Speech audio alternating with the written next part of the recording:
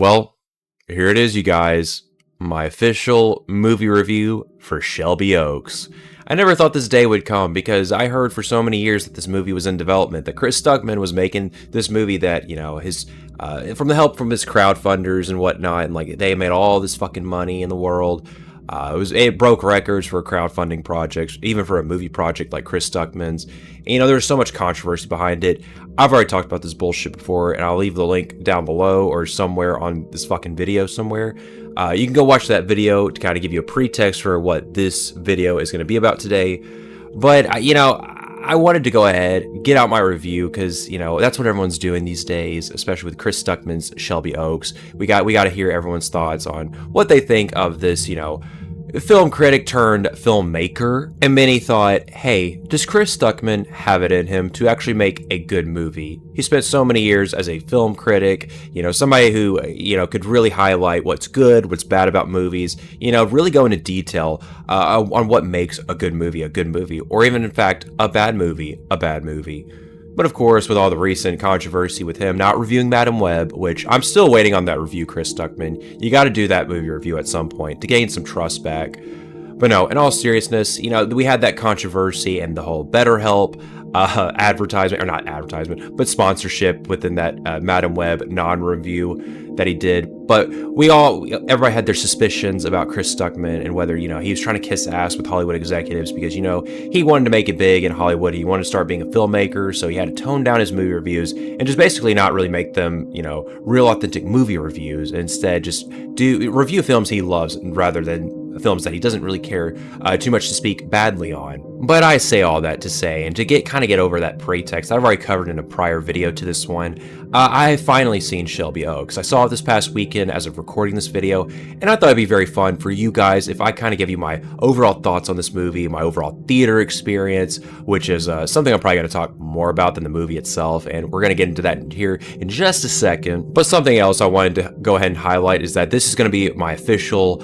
October video, my Halloween Spooky Fest bullshit video. It's similar to what I did last year, but this is going to be more so in a movie review in itself, rather than like an overall commentary on the subject of Halloween and how important that is. I really enjoyed making that video last year, but it didn't get that many views. But at this point, since we've gotten a lot more subscribers compared to then, I'd really appreciate it if my new subscribers would go check out that video I made last year. It's probably one of my favorite videos I've done in quite some time, and I really love talking about Halloween. I love the holiday of Halloween. I love October. I love the fall time.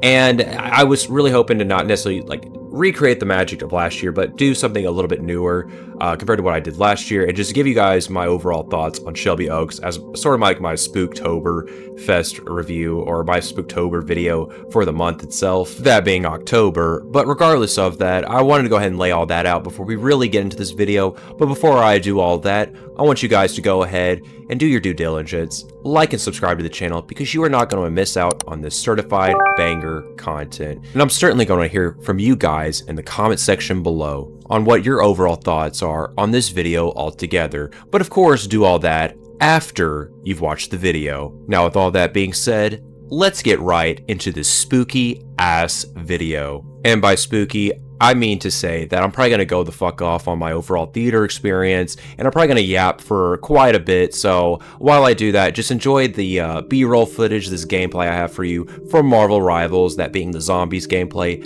This shit was fun, and I think the footage right here is from the Marvel Zombies Phase 4, or the Nightmare 4 mode. That shit was pretty terrifying. But hey, as terrifying and difficult as it was a lot of fun to put together. So enjoy that as I yap throughout this movie review of Shelby Oaks, or maybe the lack thereof, because I'm probably going to talk a lot more about my theater experience than the actual movie itself.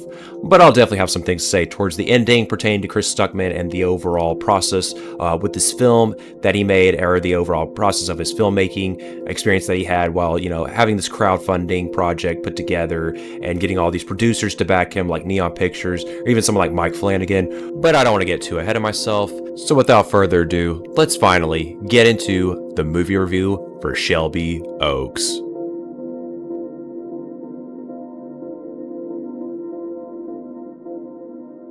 So this is something I really wanted to get off my chest first, because I think, honestly, this aspect of it is probably the most important thing you could probably take away from this video, and that is the overall theater experience I had, and I'm sure some other people had, not maybe with just this movie, but in a lot of other movies around the world or even the United States, because we have a major issue with theater etiquette, and it's mainly due to these three teenage bitches that ruined the movie for me, or at least towards the beginning and towards the ending.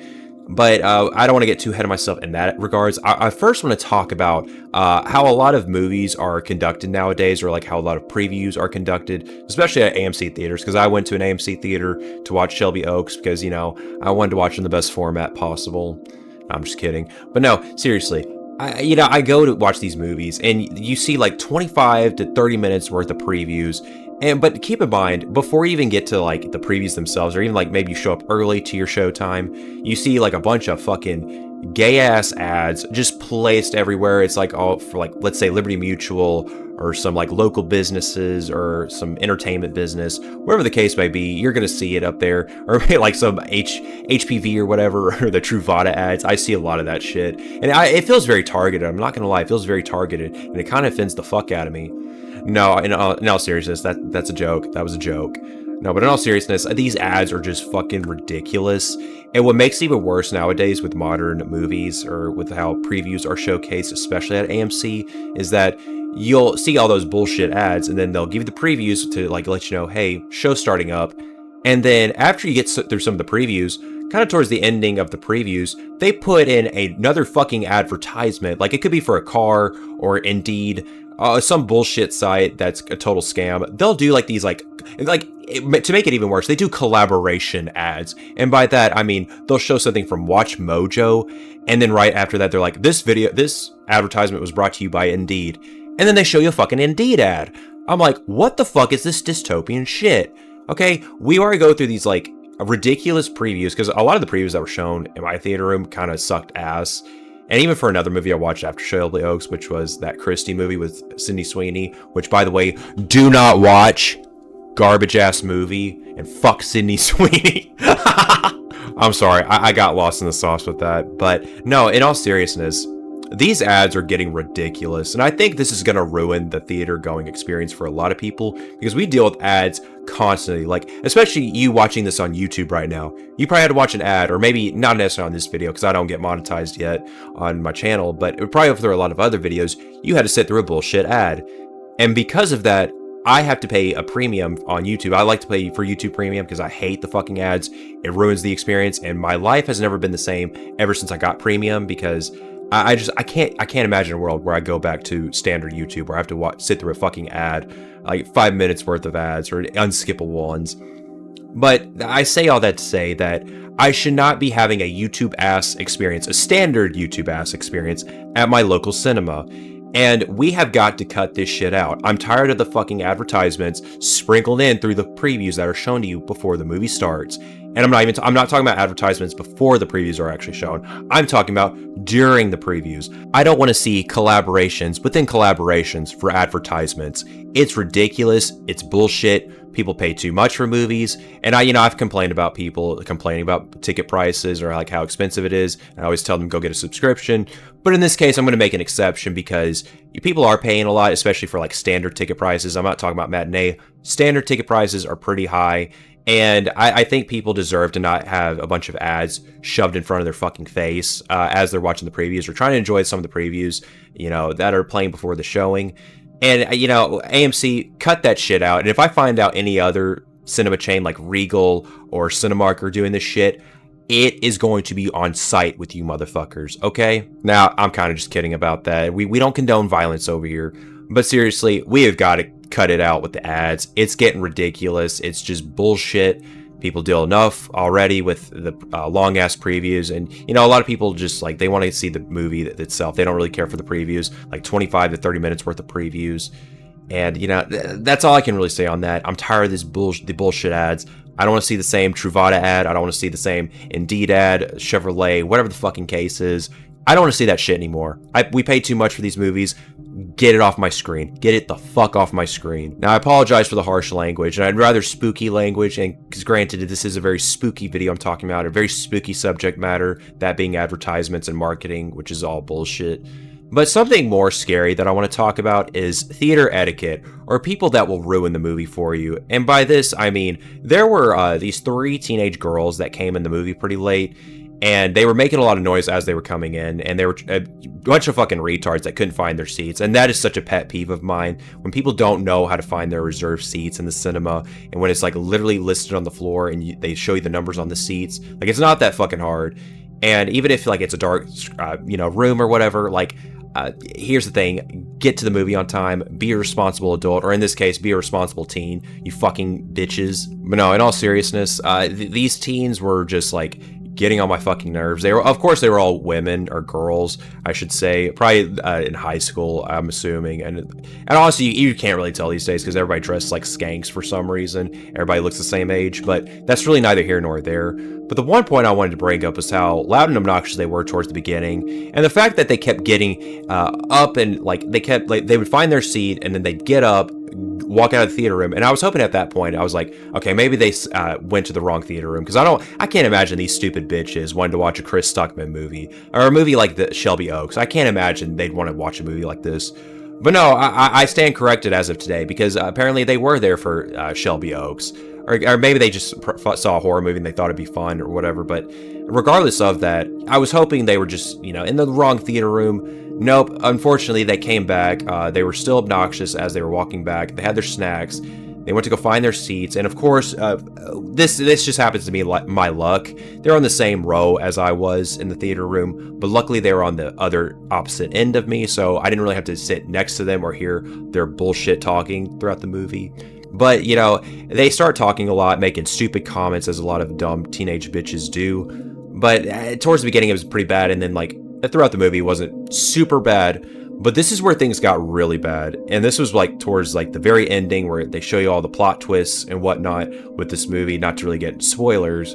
But yeah, there's some plot twists here and there, and we'll get into that with the review itself. But these bitches, for some reason, as, the scenes are unfolding and you see the plot twists, they're making nonsensical comments, and I could tell it's pissing off these people right next to me, because there was a group kind of in the middle between me and the stupid teenage bitches on the far end on the same row, and I could tell one of the girls in the middle row with this group was kind of looking at the teenage bitches are you gonna shut the fuck up, something like that. And I was hoping this bitch would actually fucking say something, and I was hoping this whole group in general would start to say something, tell them to shut the fuck up every now and then. But unfortunately, none of them did. And this is where I'm gonna have to kind of get all preachy here. And it's to say that, I think I'm just gonna have to be the bad guy at this point. I may have to be the asshole in this scenario, because we can't keep living like this as a society, or with, theater rooms or theater etiquette. If we want to maintain the cinema going experience, I'm just gonna have to become the asshole and tell people to shut the fuck up. And if people want to get mad at me for that, so be it. I am what the people of Gotham need me to be. No, in all seriousness, I think I am going to have to be the villain in this scenario, because I don't see anyone else doing it anytime soon. And, I really didn't want it to come to this. I don't like being the one that's all confrontational, getting up, telling somebody to shut the fuck up during a movie. But I think it's gotten to that point, and these teenage bitches, they need to know their place, okay? They, and this is, I don't even think I'm more so mad at them. I think I'm more so mad at their dads for letting them out by themselves. Because, what are these cuckold dads doing? Letting their teenage daughters out late at night to a movie like this. Something bad could have happened if, they weren't careful enough, or, maybe they pissed off the wrong person, because that's a very, possible scenario that could have happened. Luckily, it didn't. Okay, we don't endorse violence over here. I'm not wishing that on anyone. I want to clarify that so this video doesn't get taken down or somebody takes that the wrong way. But I say all that to say that, yeah, parents need to get a hold of their kids. They need to, know what they're doing late at night, and, just stop letting them out by themselves. They're completely irresponsible, and they don't know how to conduct themselves in, a public area, such as a movie theater. Okay, I'm getting really tired of that shit. And also, teach your kids, just manners, not just etiquette, but just basic manners of picking up your trash when you leave the theater. Because these bitches, they left their popcorn buckets in the seats, And sometimes I don't really necessarily have a problem with that. Like, if you don't make a huge mess and just like leave the popcorn bucket to where it's like easier for the workers to get to, like when they're throwing shit away, whatever. But at the same time, just take your shit down to the trash cans and throw it away. Like, just be a responsible human being for all I care. Just fucking be responsible. And honestly, parents, you need to do better with these dumbass bitches running their fucking mouths during a movie. Or just allowing them to do whatever the fuck they want late at night, okay? It's completely irresponsible, and we have to put an end to this right now. But yeah, that whole aspect to it, it almost ruined the movie for me, because I was really looking forward to watching this movie just as like a casual film goer, just to like kind of take in Chris Stuckmann's work as a filmmaker, you know, his first feature-length project he's ever done, especially like on a major level such as this one. But of course, people have to ruin it for you for whatever reason, so I want to bring awareness to that. I hope nobody else had that sort of experience as I did, and I'm just going to say this as like a YouTuber or a casual viewer of movies, because, you know, I don't think I'm hot shit or anything, but I think I'm just, you know, I'm going to have to be that groiper, you know, some groiper that's going to have to be the villain from this point on. You know, if no one else wants to be, I'll have to be what the people need me to be. But all jokes aside, folks, yeah, not a great theater experience overall, or like that was the one aspect that kind of ruined it for me. I think I would have enjoyed the movie a lot better if I didn't have to hear stupid bitches towards the ending of the movie, just making nonsensical comments and just like doing this like like that kind of shit. Like, that was ridiculous. Cut the shit out, okay? I think I'm just gonna have to be the asshole at this point. I think, long story short, I'm the villain. I'm gonna have to deal with it, and you're gonna have to deal with it. But with all that being said, let's finally get into the one thing you've all been waiting for, and that is the official movie review for Shelby Oaks.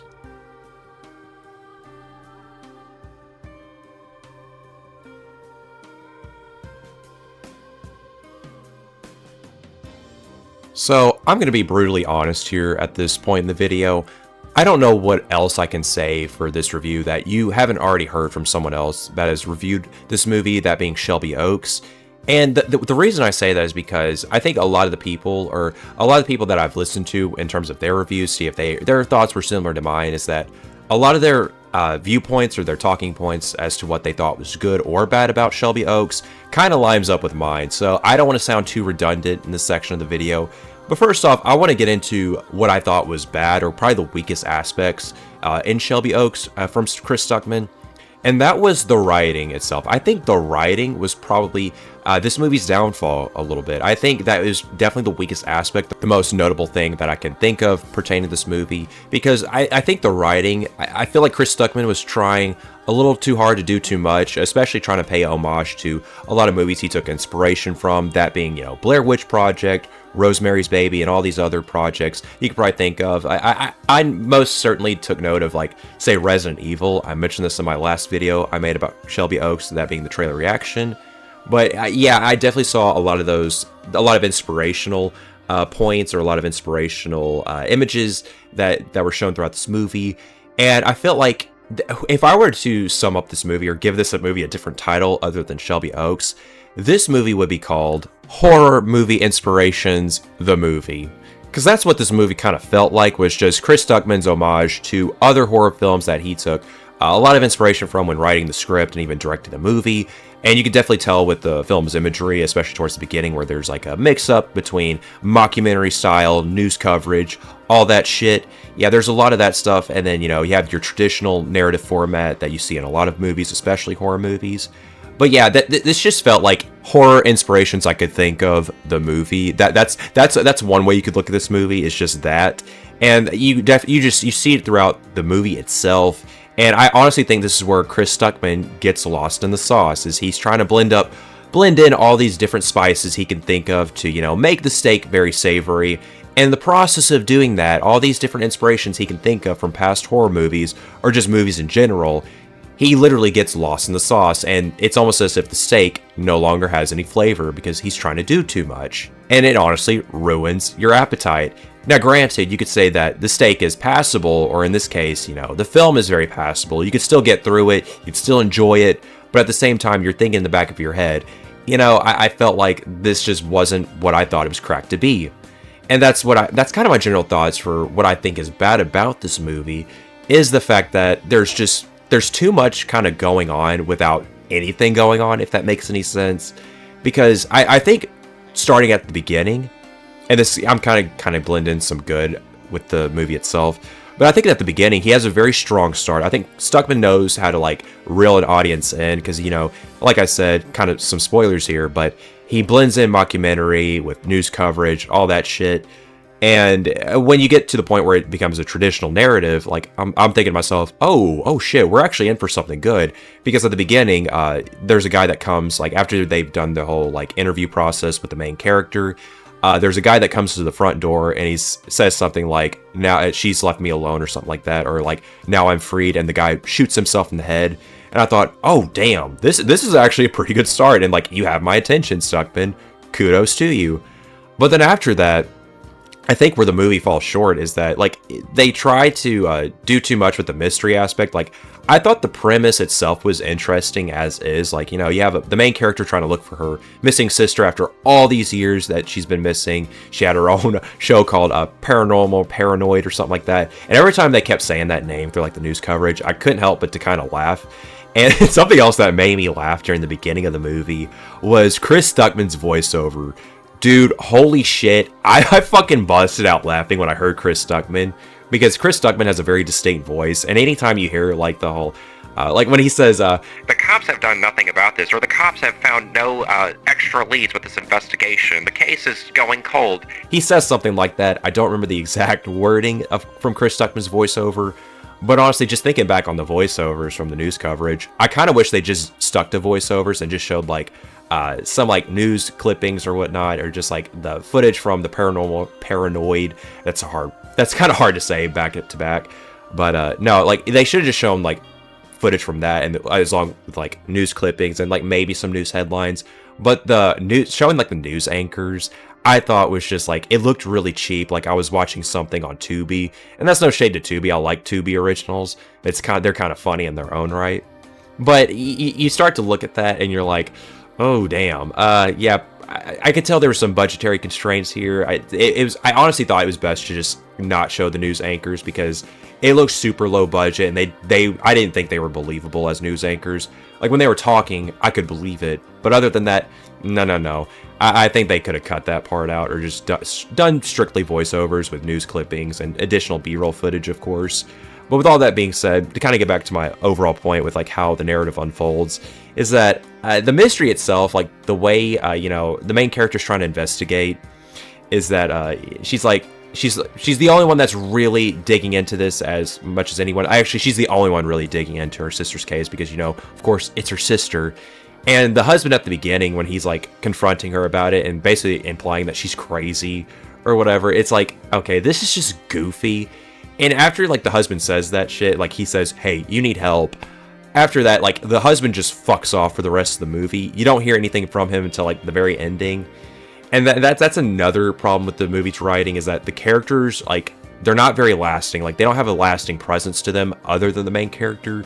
Like, there was almost at one point, I forgot that Riley was even a character, because they were trying to do too much with, like, the horror aspect. Like, Chris Stuckmann was trying to get into the supernatural with this movie, like, with the incubus, and like her past with like seeing this creature in her dreams, or a nightmare that she supposedly had that she didn't tell anyone until like later on. Like they do too much with that, and then it's like, okay, I'm kind of forgetting all this shit happened until you bring it up again. And something to additionally add to like the investigation, or like the main character investigating this case of her missing sister, there's towards the beginning of the movie, she's watching the tape, or the cassette tape from the Shelby Oaks, or whatever that has Shelby Oaks written on it, because that's what the guy who shot himself had in his hand before he shot himself. But she watches that tape that he had in his hand, and she doesn't tell the authorities this. I don't even think she ever tells the authorities that she found that tape. She basically confiscates the evidence herself and doesn't tell the authorities, but she only tells her husband this. And then of course he's like, you didn't go to the cops with this? Like, and then additionally, like, she tells him her like little backstory about this creature she saw when her and her sister were in bed, and like she saw this incubus-like creature outside of her window, and it's stuck with her ever since. And she thinks that there's something with her, imaginary thing like that she saw in her childhood that's taking place, and she thinks this has to do with her sister's disappearance. And then, of course, the husband's like, oh, no, bitch, you're crazy. You're crazy. You need help. And then, the plot progresses after that point. Like, she's doing her individual investigation. She's going to a library. She's going to some warden played by Keith David, who's only in this movie for like 1 to 2 minutes, I think. He's not in it for very long, and I think it's because of budgetary reasons. Like, you can only have an actor on set for so long before, you start getting charged at the wazoo. And this guy was like the only actor I knew in this movie. Everybody else were complete unknowns. I think maybe the bitch towards the ending, like the old lady that she sees in the woods, and we'll get to her in just a second. But I think I recognized her from another movie. But other than Keith David, not a very notable cast that you will ever remember necessarily, unless you see them in other projects. But yeah, everybody was a lot of no names in this movie, a lot of no names, and understandably so, because Chris Stuckmann, he crowdfunded this project, and of course you only have so much money to pay your actors, especially ones that don't like require a high salary, or an agent that can negotiate a high salary. You want to get actors that are rather cheap and just they're not going to be a pain in the ass when you're shooting a movie such as this one.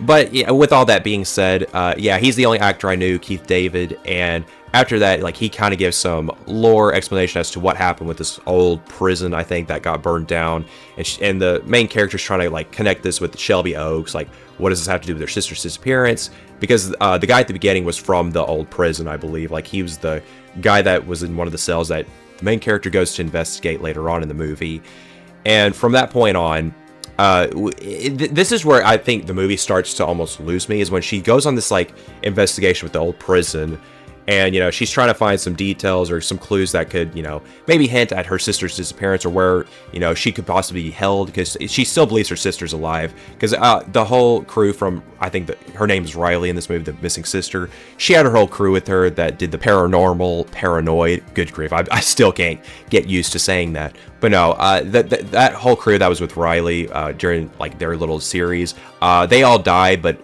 of course Riley is the only one that there's like no whereabouts about her, there's no like clues as to where she is, or like her remnants, nothing like that. So you as the audience member are assuming, okay, she's probably alive after all these years, and maybe the main character's onto something, maybe she'll find something additionally as to like something to help with the investigation to finding her sister. But with all that being said, she goes to this prison and she investigates the cell that the guy at the very beginning that shoots himself was in, and there was an issue that I had with the scene. It was like all this tension build up. There was so much tension build up in a lot of different scenes, and I thought, is this going to get anywhere? Is this something that and by the way, this is something I've noticed with a lot of horror movies, is like this massive tension build up where you're waiting for a jump scare or just something to occur, and then nothing happens. And a most notable example I could give you was the recent Conjuring movie, the Last Rites one. There was a lot of that shit in that movie, and it kind of gets on my nerves, because like, if you're gonna scare me, just scare me. Don't build this tension up and then just do absolutely nothing with it. And I honestly think this had more to do with, in the case of Shelby Oaks, was a lot of budgetary constraints. Like, I feel like Chris Stuckmann shot a lot of these tension build-up scenes, hoping to do something with it in post-production, or he was hopefully gonna add like additional scenes to maybe add a scare here and there, but I don't think he ever got to it. That's what it felt like throughout the movie, was like just too much tension build-up, and then like a lot of things that are just set in motion, and then nothing that's set in motion ever occurs later on in the movie. But despite all that, going back to the prison scene, she's investigating all that shit, and then she sees like this creature, the incubus creature, or like I think it was like a hellhound that she sees briefly, and then she thinks she's like seeing things or whatever, like it's not there, because like every now and then she would see like a hellhound or the incubus, and like they'd appear for a brief moment and then disappear after that. And this happens multiple times during the prison scene, but there's one part where she's standing there, like kind of looking back over her shoulder, just like kind of waiting there to see if like anything's gonna happen. And there's this shot, I remember this shot in the movie where like you see the door behind her like completely open, and I thought this was intentional, because it's framed where like there's enough space for something to occur, because this is something you do as a filmmaker. Like, if you're wanting to set something up like tension wise, where like maybe a gate's gonna shut open or it's gonna close, whatever the case may be, you leave enough you leave enough space in the shot to where something like that is gonna happen. Well, unfortunately, nothing like that happens, and it's just more like a whoosh that happens past the main character, and then she just runs out the fucking prison place, the prison, and she then goes to Shelby Oaks itself, like the abandoned amusement park that gets burned down, because both places get burned down, by the way. I don't think I mentioned that earlier, but that happens, and I thought that was a little goofy because typically, if I'm investigating by myself and I have no backup, and I go to a scary ass abandoned prison that's been burned down or whatever, or just completely abandoned altogether, and I've experienced something fucking crazy like that. What I'm going to do is I'm going to take my ass back home, regroup, collect my thoughts, and then maybe further investigate later on. Not in the same night where you go to a different other fucking place that's just fucking scary. In this movie, it's just like, we have to get to point A to point B just because we need the movie to. Not because it like naturally happens. It's just like, oh, something happens. Time to get to the next location because we got to wrap this movie up pretty soon. But she goes to Shelby Oaks, the abandoned amusement park where her and her sister used to hang out when they were younger. Like, that's the whole significance behind Shelby Oaks.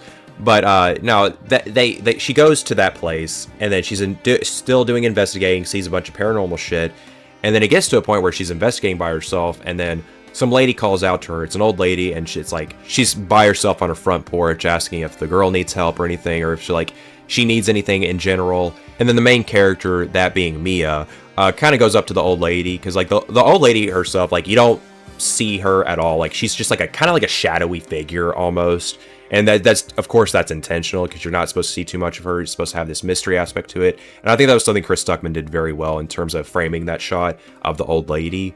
But no, the old lady, she asked Mia, does her due diligence, and then Mia's like, basically goes to show her a picture of Riley. She's like, have you seen this girl? And the old lady denies it, of course. And then the old lady invites Mia into her house, and then Mia's trying to do still further investigate in this house, see if like the old bitch is lying. And of course we find out she is, because Mia finds a picture of Riley marrying this guy or whatever. It's something very cult-like, and then of course in one of the pictures, like, it's very disturbing. It shows her having a baby, or she's pregnant, and Mia takes notice of this, and I think she basically asks like if she can get something to eat, or like she asks for a cracker or whatever. She's like, I'll take you up on that cracker, because the old lady asks her when she approaches, and when she arrives in the house, the old lady asks her, hey, would you care for a cracker? And Mia initially says no, but of course she asks for the cracker to buy herself some time to do some further investigating, or to look at these pictures. And of course, to Mia's knowledge, or to her revelation that's being shown, is that Riley was captured after all these years. She was taken in by this cult-like family, which has some like Resident Evil vibes, but I won't get into too much into that. But despite all that, she looks at all these pictures. Mia's, justifiably horrified by the pictures itself, because it's her sister being taken in by this cult-like family. And of course, the guy at the very beginning, the creepy guy that shoots himself, is the one who impregnates her. And this was all done basically for a ritual, for the incubus-like supernatural figure, or the imaginary, what we believed at the time was like an imaginary dream-like figure from Mia. But of course, there's significance to the incubus and to this family, this cult-like family. And as we further progress towards the ending of the movie, the old lady basically reveals to her that, like, yeah, she knows who Riley is, and like they've had her all these years. And she's like, hey, if you want to see her, basically follow me into this like underground basement. There's like a trap door that she reveals. And then she follows the old lady inside, I believe. I'm remembering that correctly. But the point is, she walks down the basement. Mia does, with her knife that she grabs from the kitchen, because she does grab a kitchen knife to protect herself. But of course, when she goes to find Riley in the basement, and she's like completely, she's relieved but yet horrified at the same time, because, it's her sister and she's been in a lot of pain. She looks sick. She looks like she's been tortured after all these years. And, of course, Mia's trying to help her sister out of the basement, or try to get her out of this fucking house. But of course, there's this shot that is set up where she drops the knife as she's helping her sister get up and to leave the basement. And I'm thinking, okay, there's going to be some significance behind this. This is going to, there's a setup, and hopefully we're going to pay off where like maybe the old lady takes the kitchen knife and she tries to, take Mia or Riley's life or whatever. Nope. Nothing about that happens. And that was something that really bothered me. Like I said before, all these setups, but no payoffs. That was something I could not stand about this movie, was that certain aspect to it. But even like once she does that, like drops the knife, and of course nothing ever comes of that. Riley, of course, like when they get up the stairs, Mia's trying to find a way out, trying to get her and her sister out, but of course, it's not that easy. Riley gets taken like upstairs in the attic or whatever, And you find that the old lady's trying to perform a ritual on the baby, Riley's baby, to basically make the sacrifice whole for the incubus. And once this thing is occurring, like of course, there's a lot more supernatural elements put into the very ending, and it's like the old lady is like basically has supernatural powers. She's got like telekinesis or whatever. She can like lift people off the ground. Like she pushes Mia away when she's trying to help her sister, and like even lifts her up in the air with like her like levitation powers and whatnot as she's performing the ritual on this little baby. And this was something that it's like I was honestly, this is where it was starting to really lose me, was like the inconsistencies between like the amount of supernatural that was in this movie and like the amount of realism there was at times, and left a lot to be desired. I think that's just the way I would sum all of my points, or my talking points with this review of what I thought was bad, was just a lot left to be desired. A lot left to be desired. And honestly, going forward, if Chris Stuckmann chooses to make more feature-length films and, you know, he gets picked up by major studios such as Neon, or maybe even another studio, I figured someone like A24 might reach out to Chris Stuckmann in terms of making another movie. But regardless of that, I think going forward, I think Chris Stuckmann definitely has a gift for directing or even composing shots. I think if he, you know, delved all of his energy into directing rather than writing, I think we could actually do something with this. Because I think even then, like, even if he were to still write scripts, I think he needs a co-writer or just somebody to basically write for him. Because I don't think he's at a good point in his career where he's just like, he should be having all the creative freedom with his writing, maybe developing the story itself, but just writing the overall script, I think he needs to leave that to someone else and just straight up directing, or just like do one or the other, I guess is what I'm saying, but mainly directing. But I think that's going to lead into my points about what I think is good about this movie. And I'm going to keep this section very brief because I've gone on long enough about what I thought was bad. But I think what was good was, of course, the directing. I think Chris Stuckmann has a vision. He can really stick to it. He's got a good aesthetic to him, or like to his overall movie making process. And I think he's very good at basically depicting a sort of mockumentary style like you see at the beginning. I thought that was pretty well done. I was hooked at the very start until, like, you know, of course the movie kind of progressed and then it starts to lose me here and there. But I think he did a pretty good job of like kind of transferring from one style of filmmaker, one genre of filmmaking into another, that being like the mockumentary, into the traditional format for movies. I think that was very well done, and I think he's got like a pretty good premise for the movie. I think he at least has like good ideas. I just think he needs to work on like getting someone else to help him put those ideas together, because I thought the premise for this movie was very interesting when I saw the trailer and even read the synopsis for it. But even then, I just think like he's got a lot of good ideas. He knows how to take inspiration. He watches a lot of good movies to take inspiration from, but at the same time, you gotta like balance that out with like kind of making your own voice be heard, if that makes sense, or like kind of detailing your own style, adding your own spin to things is what I should say. But I think with all that being said, yeah, I think the things he's really good at, I think he needs to enhance on and like really delve into that, put all of his energy into what he's really good at, and maybe let someone else handle the screenwriting aspect to it, or maybe even the storyboarding altogether, just like the overall premise for your movie. Because I think with a lot of filmmakers, even like when I started making movies in college, I had to learn the hard way that it was best to just really work on something that you're really good at and let somebody else do something that you're maybe not so good at, because movie making is a collaborative medium. And that will always be the case. I don't really care for like solo acts or like individual acts or whatever, like just like a one-man show. I don't care too much for that, and I think Chris Stuckmann understands that even from making a movie.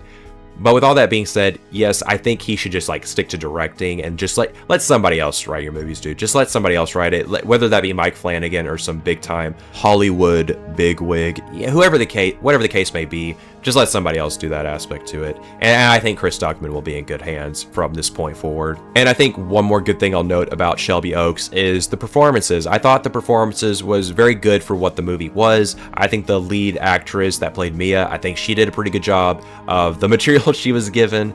And everybody else did an okay job as well. Even someone like Keith David, that's only in this movie for like 1 minute or even 2 minutes. But even then, good performances all around. It wasn't super cringe or anything like that, because that's something you see from like YouTubers turned movie makers.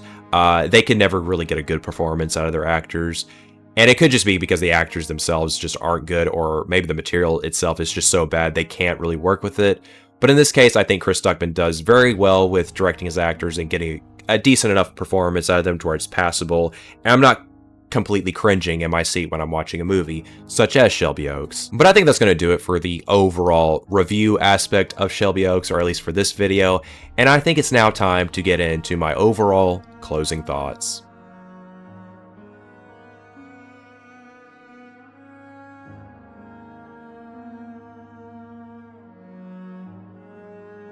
So with my closing thoughts, I thought I would go ahead and address a couple things pertaining to Chris Stuckmann and his whole development with making this movie and the overall aftermath of it, or the feedback he's gotten ever since this movie's release. And some of the things I want to mention is that, you know what, for all of the shit that Chris Stuckmann has gotten for the past few years, you know, kind of switching things up, not really doing his movie reviews like he typically did, you know, with his authentic movie reviews, and kind of settling for just positive reviews for movies he just likes, rather than, you know, reviewing movies he may not like in particular. And, you know, that Madam Web being one of those big examples of that, kind of like highlighting where things were going from here, that he wanted to kind of kiss ass with Hollywood, because he wanted, you know, he wanted his feature movie out there, his feature length film out there, and he probably wanted to appease certain overlords at Hollywood. And you know what, I kind of get that to an extent, but at the same time, you start to think on it, and you're like, was that all worth it to, you know, kind of not necessarily turn against your fan base, but kind of go against like what made you popular to begin with? And you know, after watching this movie, I still am on the fence. Actually, I'm not even on the fence about this. I don't even think it was really worth to basically kind of go against what you were initially set out to do. And by that, I mean like giving authentic movie reviews, telling the truth to your audience, whether a movie was good or a movie was bad. And honestly, I think he still could have done movie reviews that he considered bad, because I think at the end of the day, as you know, filmmakers, you want to be as honest as possible with the things that you make. And you know what, you want your audience members to be honest with how they're, you know, giving you their feedback, and you want to take from that and learn from it. And I think that should really be no different, no matter what career you came from, whether that be a YouTube or whatnot, whatever media platform you used. I don't think you should have necessarily gone back on that shit, or just like basically almost turn away from what completely made you, you know, popular to begin with. And I think after this movie's release, I don't know if I would say it was really worth to kind of do like a complete 180 on like what he initially set out to do. And like, I understand like this was his goal, to make a movie such as Shelby Oaks. It was his bread and butter. This is what he's always wanted to do. He's always wanted to make movies so people could watch them. And, you know, kudos to him for even getting this movie out, because I know he went through hoops and bounds to get this film released. And you know what? Kudos to him for doing all that. I actually commend the guy for that. I think he worked really hard to get this movie pushed out, and he did all the things necessary to, you know, get a lot of financial backers, especially, you know, from his crowdfunders, his you know, people like Mike Flanagan or even Neon Pictures stepping in to help produce his movie. I think all that shit's cool. And something I wanted to briefly mention about his crowdfunders, dude, I could not tell you how long the fucking special thanks section was in the end credits, because dude, I thought I was gonna be there for like 2 hours due to how long this fucking list was. And you know what? More power to you, Chris Stuckmann. More power to you for thanking your fans. I guess that's one way to do it. I would have just fucking said, hey, thanks to all the crowdfunders that made this project happen. Without y'all, this wouldn't have even been possible. I think he could just you know, could have said something like that instead of doing like the whole, like, I'm gonna list my whole Patreon list like I would on YouTube. I thought that shit was funny, but you know what? Give credit where credit is due. He thanks his fans. He thanks the people that backed him, because without them, like, his film wouldn't have gotten anywhere. So with that much said, I think I can respect that much. But now, do I think this was a good movie or a bad movie, and should you even consider watching it? Well, the answer to that question, my dear friends, is I think you should give this a watch. I think it is worth watching to kind of learn from this, like, especially if you want to be a filmmaker. I think there's a lot you can learn from doing a film like this. Like, you know, how many hoops do you have to go through to get a big project like this kicked off? You know, getting all the financial backing, all the support in the world to, you know, even make the little things happen. Like little goes a long way, I guess is what you could say from a movie like this. And I said this in a prior video to this one. I like the idea of what this film could represent going forward in the industry, good or bad. You know, it could be a means of like maybe taking an untraditional pathway into the filming industry and kind of like making it a lot easier rather than completely gatekeeping in the Hollywood industry. And I'm not necessarily saying there's anything wrong with gatekeeping by all means. I think there is some necessary gatekeeping, because I mean, you go look at like social media sites like Twitter and Instagram, and you look at like the way people comment about movies, and it's like, okay, yeah, I think there should be some form of gatekeeping. But if you've worked your ass off in like the filming industry, and you know, you went through school, you went through film school especially, and you go through all the motions, you go through all the different classes or all the many steps to, you know, kind of get your foot in the door, or even try to, you know, get a degree, or maybe not even a degree, but like try to network with the right people. I think for those people, it should be a lot easier to get into the filming industry, because a lot of times it's just, they completely gatekeep the fuck out of it. And a lot of, you know, potential creators don't really get their foot in the doorway because of unconventional means. Or perhaps, you know, somebody's friends with the right person, and that person may not even be that talented or even know what the fuck they're doing, but that person gets the job rather than someone who's a lot more qualified, or is actually willing to learn a lot more from mentors, or even just like kind of put themselves out there to like learn new stuff about filming equipment, whatever the case may be. I feel like people who really want to make an effort into doing something like that, they should be given that opportunity, hands down. But despite all that, just to kind of go back to my overall point about whether this movie is worth watching, I think it is. Is it the greatest horror movie? Is it a new voice in horror? No, not necessarily. But I think it's worth watching, even like as a Halloween movie. If you want something to go see, I think it's worth watching. And, you know, I understand if you didn't like this movie. For those that actually just hate the fucking shit out of it, I saw some people, you know, they had some harsh things to say about the overall story with this movie, or the overall pacing. But I don't think it was the worst thing in the world. I think Chris Stuckmann, he made a great effort. I think he has a lot he could improve on, but going forward, I think, you know, I think he'll get better from this point on. If he, you know, takes the right steps, maybe he just focuses on directing or composing shots and let somebody else do the writing for him. I think he'll, you know, he can go leaps and bounds. But if I were to grade this movie on like a letter scale, or like maybe out of stars, I'd give this movie like a C+, or maybe 2.5 stars, maybe 3 stars at most if I was being really generous. But yeah, I mean, it's nothing new by all means, and yeah, a lot could have been better. I think that this film could have, you know, it could have dealt with some rewrites. It could have really benefited from it, in fact. And I honestly think it could have gotten a better ending. I don't even know what the original ending was for those who got to see this movie at the Fantasia Film Festival last year. If you did see that version of the movie, I want to hear from you guys in the comments below if you're watching this. How does the original ending compare to the newer ending that they shot? Or did they even use a new ending? I have no idea, but I want to hear from you guys at this point in the video. If you did in fact see the initial cut for this movie, or the cut that was shown at Fantasia Film Festival, how does that version compare to the version that was shown in cinemas very recently? Is it better? Is it worse? Or is it just the same? It's like basically like it's not better or worse, just kind of meh. And additionally to that point, I'm going to kind of leave it to you guys now. Do you guys agree with my overall thoughts with my review? Do you agree with my good and bad, or mostly bad with this movie? Do you think Chris Stuckmann made a good effort, or do you think he just doesn't really have a place in the filming industry? I definitely want to hear from you guys. I want to hear your opinions. I want to see if you agree with me or you disagree with me, or maybe you just don't really give a shit to have an opinion. You're just like, I don't really give a shit about this in general. And if that's the case, hey, fair enough. I'm actually thankful that you made it to this point in the video before I really close things off. But yeah, hopefully I didn't go on too long with this movie review. I know I kind of yapped here and there, but honestly, I think I had a lot more to say than I initially thought I would. Honestly, thought I was going to talk a lot more about my cinema going experience rather than the movie itself, but no, I actually did have a lot to say about the movie, or at least, you know, what I thought was like the weakest aspect to it. But before I actually close things off, there was a couple things I forgot to mention towards the beginning of the video pertaining to my theater experience, which were going back to those teenage bitches. There was a comparison I thought to make, because I literally just thought of this joke now, but there was literally 3 of them, and I just thought about like a Mean Girls joke, like the plastics from that movie. You know, you had the main one being Regina George, and then the 2 side bitches, that being Karen Smith and Gretchen Wieners. You know, you had those 3, but you know, I thought to make this joke because they kind of reminded me of those bitches from Mean Girls, but like with the twist on it. It's like the main girl that I saw in the cinema room was this like redheaded chick, or I think she was redheaded. It was kind of dark in there, but I was like, there's a twist to this where it's like if Lindsay Lohan's character was basically Regina George from the very start, but looked like an absolute hooker. And instead of Lindsay Lohan going to acting firsthand, she just started doing, you know, a hooker shit and drugs from the very start instead of going fully into acting.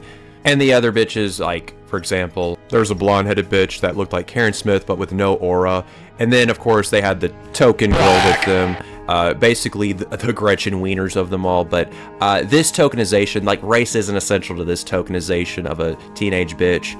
Basically, that's what I could think of pertaining to them, like that comparison.